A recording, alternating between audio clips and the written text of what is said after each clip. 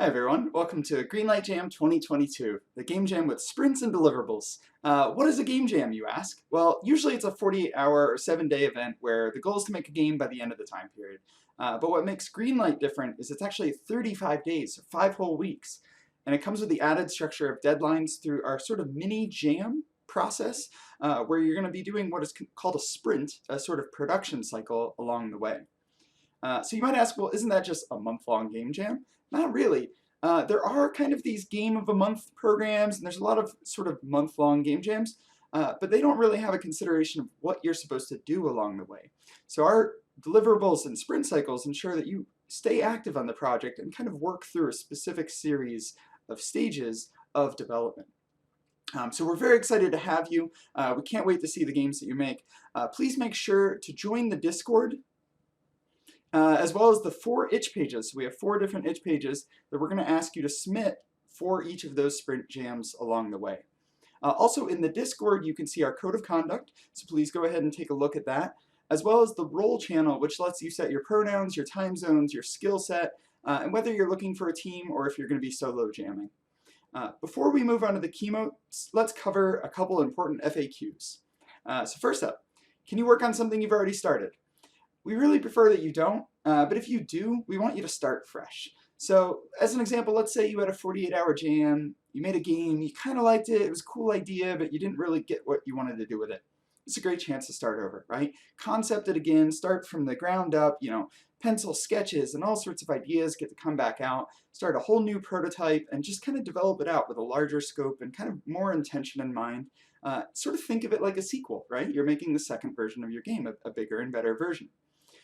So if you do kind of go back to an old game, we just ask you start over. Can you make a physical game? Yes, of course, please make physical games. We love board games, we love TTRPGs, by all means go for it. What about something that isn't a game? Well, if you're doing something that isn't a game, we're totally fine with you submitting it, but we may not have as many opportunities for you, since Greenlight is very much a game-focused jam. So by all means, make something cool, make something interactive, make something visual. Just understand that we're going to be very game focused. Do I need to work with someone? No, you are welcome to go solo, but we do think it's better to work with friends, new or old friends. So we'd love for you to find a team to work with, but if you want to go solo, absolutely, go for it. If you do want to work with a team, do you need it in advance? No, absolutely. We have team formation channels in our Discord where you can introduce yourself and you can find a team to work with. So go ahead and get in there, tell us a little bit about yourselves, and let's try to find some teams. With that said, can you work on more than one team? Yes, absolutely. Considering the sprint nature of the jam, you might actually find that your skills are more in need during certain sprints, right? During certain parts of this process. So it may be that you're actually getting more hands-on with many teams during one part of the process instead of the other. And that's totally okay. We more than welcome that. And lastly, should you have fun jamming? Yes, of course, right? This is work, right? We're going to be working on stuff, but it doesn't mean you can't have kind of fun while doing it, find a joyful experience, and also finding it meaningful as well. When you need a break, if you're kind of just working really hard and getting really stressed, we have off-topic channels in the Discord. You can go in and just post some memes, share photos of your pets, have a little fun with us, right? Just kind of blow off some steam. So with all that said, I'm going to pass it on to our first keynote speaker, Jupiter Hadley. Hello, my name is Jupiter Hadley, and I'm your keynote speaker for the Greenlight Jam. Thank you so much for having me. I've played a lot of game jams in my time on the internet. I used to play 5,000 game jam games a year on my YouTube channel, and I did that for several years, so I've played hundreds of thousands of game jam games at this point.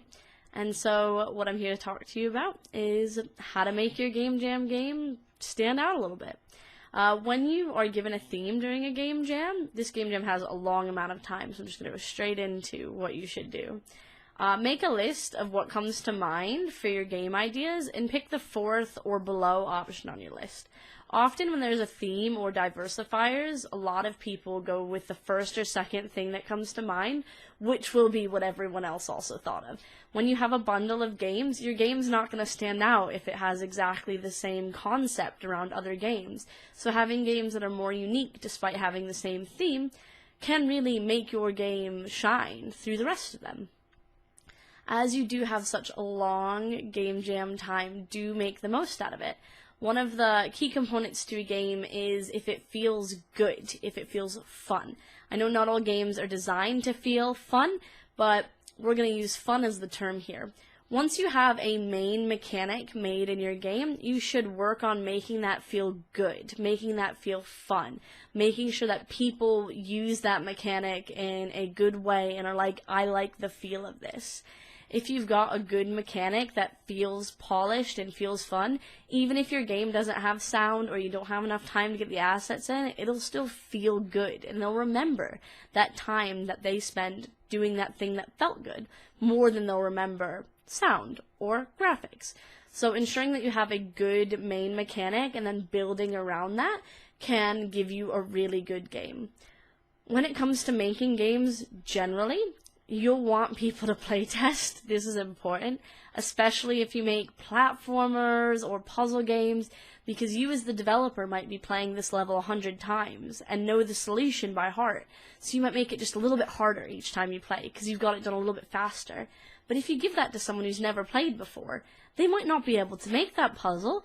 And if people play your game and are met with like frustration or things that are overly hard right off the bat, they're not going to want to play it. So this is something to definitely keep in mind. You're going to want other people to see your game and provide feedback, especially as you have such a long development time. And getting that feedback will be essential in knowing what you need to improve on and what you need to work on. If you have time, adding juicy effects, juicy being the term for effects that are a bit juicy, polished, sparkly, moved, glittery, things that just feel really done up. That's always really fun and can make your game feel more polished and stand out and just feel more complete almost.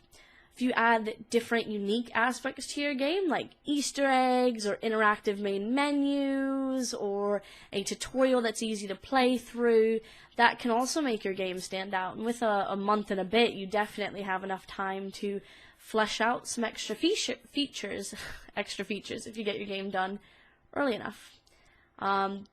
If you do get your game done to its core, you can spend some time working on a page somewhere. I love when people upload their Game Jam games and fill out the page so that they have the controls and some screenshots and some links to where people can find you, because other people on the internet might stumble upon your game. And if they do, if there's information on the page, if there's thumbnails, if there's feedback on where they can find you, people might be interested in the developer behind this cool game that they like, that they saw for a part of a game jam.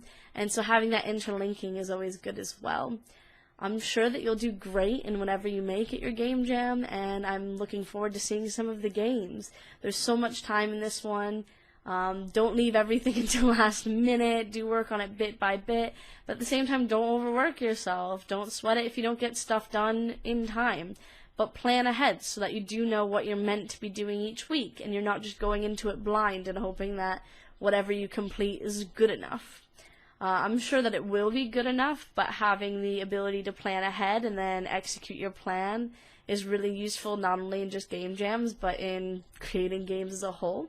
And hopefully it'll help you get some experience in doing that as well.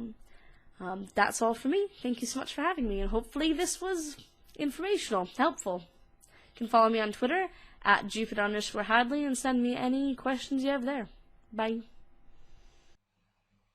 Howdy, my friends. My name is Gunnar Clovis. I'm a co-organizer for the Greenlight Jam. Thank you to Tyler, MJ, our keynote speakers, Jupiter, Damien, and Scott, our supporters at Indicate and Itch, and most of all, you for participating. Jupiter, thank you so much for your advice. I 100% agree with your directions. Took the words right in my mouth.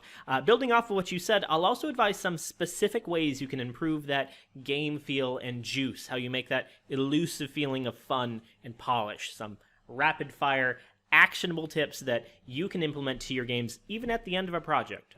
Let's go.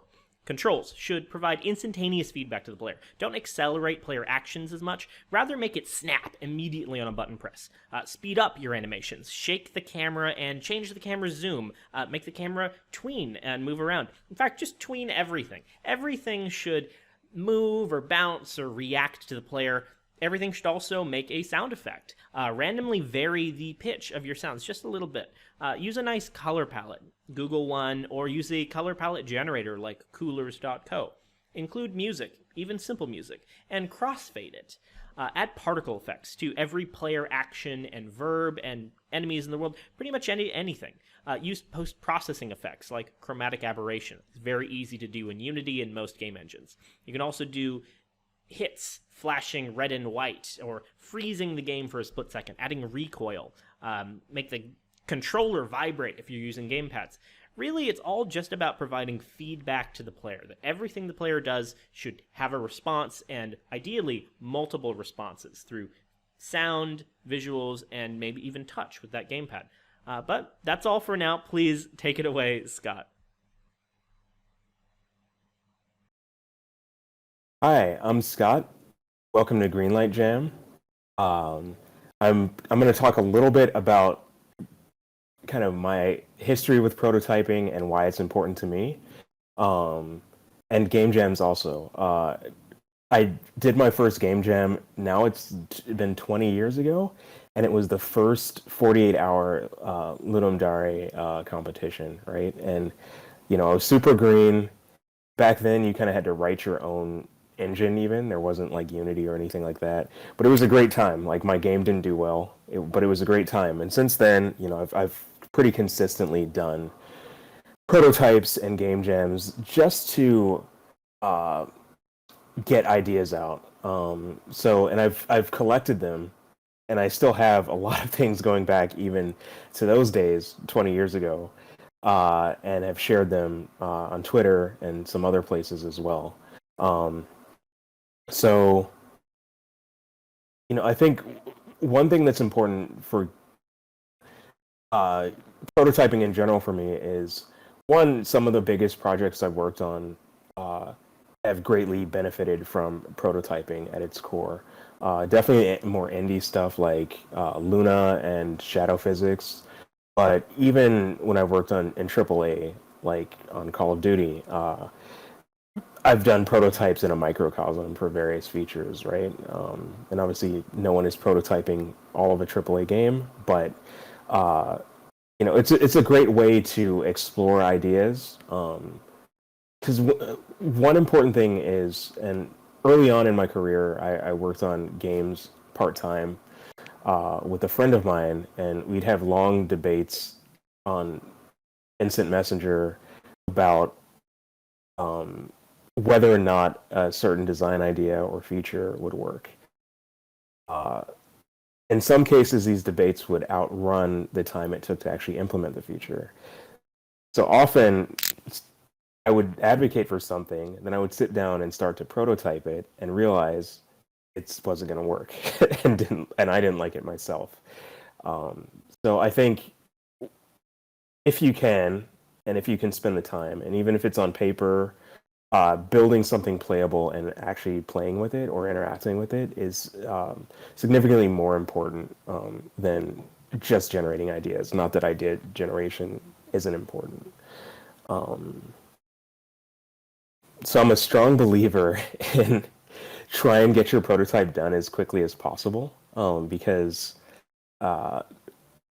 if you have a prototype that takes months long or even weeks long, a lot of the time that means your game will take years or even decades. Another thing that's important with prototyping is to come in and answer, come in with questions and try to answer those questions with your prototype.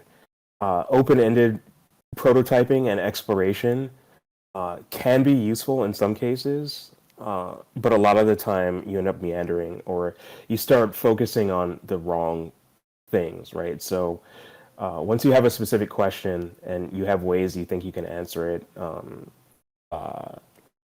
you should just focus on getting that quickly, right? I think one big trap with prototyping that people run into is building something that doesn't really work and then over polishing it, thinking they'll get to something that does work through that process. And in some cases that can help, but a lot of the time people end up wasting time trying to make something that's in between shippable and prototype when they kind of know it's not going to work already. See, I think on top of that, that means always come with multiple solutions when you go into a prototype. So think of 4 or 5 different implementations. I haven't really followed this myself always, and I've learned this kind of the hard way. If you start with one implementation, even if you're very, very attached to it, and don't explore anything else, even if it works, there might be something that's better or more efficient, or etc. that gets you to a place where you actually need to be, not where the place where you think you are. Thank you, Scott. Speaking of prototyping, it's a great way to plan and pace your development. For the Greenlight Jam, we're actually forcing you to break up your game into smaller chunks, different phases or sprints of production, starting with ideation and then into prototyping. This is to emulate more real-world and good game dev practice. We encourage you to schedule your time further each sprint, time boxing specific tasks into fixed time periods. If something isn't coming together quite as fast as you planned, consider cutting it and simplifying. Also recommend using a production planning tool such as Trello, assigning tasks and breaking up the work into more manageable baby steps. If you're working with a team, consider meeting regularly at pre-scheduled stand-up reports to share your progress, communicate, and find out what's stopping or slowing you, your blockers. We, as the organizers, are available to help guide your stand-ups if you want, or just sit in, assist keeping everyone accountable. Ultimately, it's all about good communication, accountability, planning, and keep it simple, stupid. And with that, take it away, Damien. Hello, my name is Damien Crawford. I've been an independent developer for the past 9 years, and I'm doing a quick talk for Greenlight Jam to help people understand how to find a small scope and make something manageable within the time frame. So, how do we ensure that a game can have a small scope? One of the important things to think about is to select a core idea and hold to that. Don't think too much about extraneous solutions or alternative gameplay elements to add in.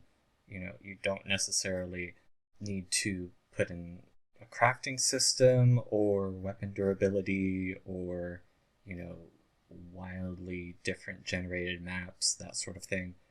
The important thing is to figure out exactly what it is that you're going to need to make an idea work and hold to that specifically.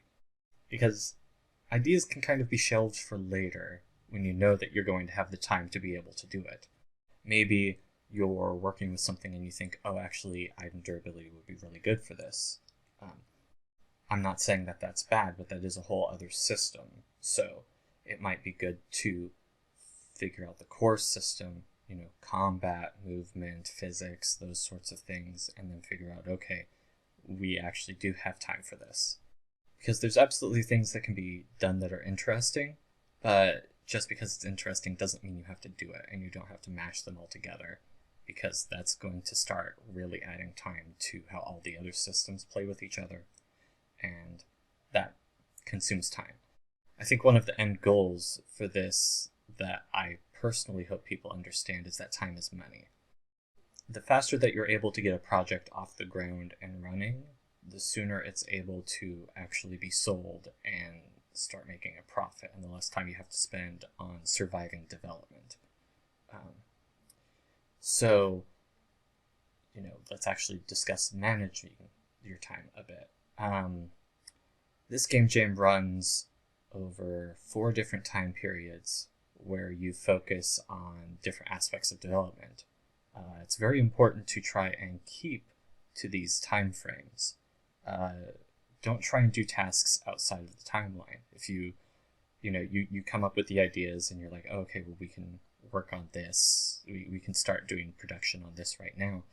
It might actually be good to make sure that you've refined the ideas to look over them and decide, okay, this is something that is actually going to be core to things, or maybe this is a secondary thing. We'll make time for it if we have time for it.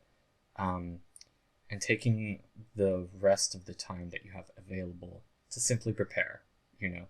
Life is going to get in the way of things. That's why there's so much time available and why there's, only so many recommended hours during each time period that you should be working. But it is important to gather your strength to be able to deal with all of these sprints. It's good to have that cool down time. And also, you don't want to polish things too much and, make things prettier than they need to be. I'm saying that because one of the things I was told to tell people is also how to find a small scope and make something manageable while still being fun. And I don't think fun is important, but I'll grant the premise of it. I don't think it's important to change out placeholders until it's playable or functional. Because once things are actually, if you're playing something and it feels bad, the graphics might cover it up. Or maybe the sound effects might cover it up. But if it's entirely artistically bad, but it feels right, the mechanics are there, clearly, then it's something that is worth making pretty and developing the sound effects for and knowing what you're doing in that regard. So I do want to highlight that time is better spent trying to make these things work in general than trying to, worry about polish until it's time for the polish phase, or try to spend extra time preparing when you're supposed to be actually doing production tasks. Because at the end of the day, what you really need to opt for is efficiency. You can't be fully optimal. It's not going to be perfect, but you also can't go full speed and be sure everything's actually still going to function. Because if you're just trying to get things done, you'll still end up with a lot to be desired in terms of how everything else interacts. Also important for a team that you have clear communication, because everybody needs to be on the same page about things and where everything's going to go. So in that regard, especially, you can't go for just speed. But if you don't have some amount of it, you're never going to get finished. So those are the key points that I feel are important to bring up. And I wish everybody best of luck, because it really is a miracle that any game ever gets made. And it can be tough to finish projects. I've made 20 different projects ranging from a week to a month to 2 years of production. And it is important to understand that sort of balance of efficiency. So best wishes for all of you in your endeavors, both in this jam and outside of it. Take care. Hi, everyone. My name's MJ. I am so glad to have you all joining us for the Greenlight Jam this summer. I want to start by thanking all of our keynote speakers for sharing their wisdom and advice for how to have a great experience with this jam. I also want to thank all of you for watching and for joining us for the jam, and I hope you all are excited to start making things. A few reminders before you get started. Remember, it's important to submit something to each sprint. This jam is a little bit different than other jams in that you have milestones along the way, and so it's important to remember to meet those milestones and to submit something at each step. And also, setting this jam apart a little bit is the importance of planning. There's an old adage among builders and carpenters: measure twice, cut once. The idea is that putting in some planning and preparation in advance can make a much better finished product at the end. And I think that's really relevant here. And I hope you all will take the planning aspect for your projects to heart. So your first sprint is going to be brainstorming and ideation. And remember, your first idea is never your best idea. So try to have as many ideas as you can. Remember to iterate through your ideas and to try to elaborate on them, and then to think about what you can do with each of those ideas and which ones you might want to move forward with. Your next sprint is the prototype, where you can test each piece of your idea or test multiple ideas. And again, be prepared to iterate. During the prototype phase, you still want to be iterating, and your idea is still malleable at that point. Then is the production phase, when you're going to put it all together and make a cohesive product. And then polish. The last 20% of the product takes 80% of the effort. So don't forget to leave yourself that buffer at the end to polish your product. I want to end with the diversifiers. So what is a diversifier? A diversifier, it's kind of like a theme, but unlike a theme, you can use one diversifier or many diversifiers or no diversifiers. Is totally up to you. But they can be a great place to get started ideating, because they can help you come up with some things to think about. And taking on diversifiers can also help make more unique games, and in many ways more approachable games, since many diversifiers are about inclusiveness and accessibility. And some diversifiers are also about challenging yourself to venture into uncharted territory and do things that are pretty uncommon in games. So I hope you'll check out the full list of diversifiers as you head into your first sprint of ideation. Good luck, have fun, and I can't wait to see what you all make.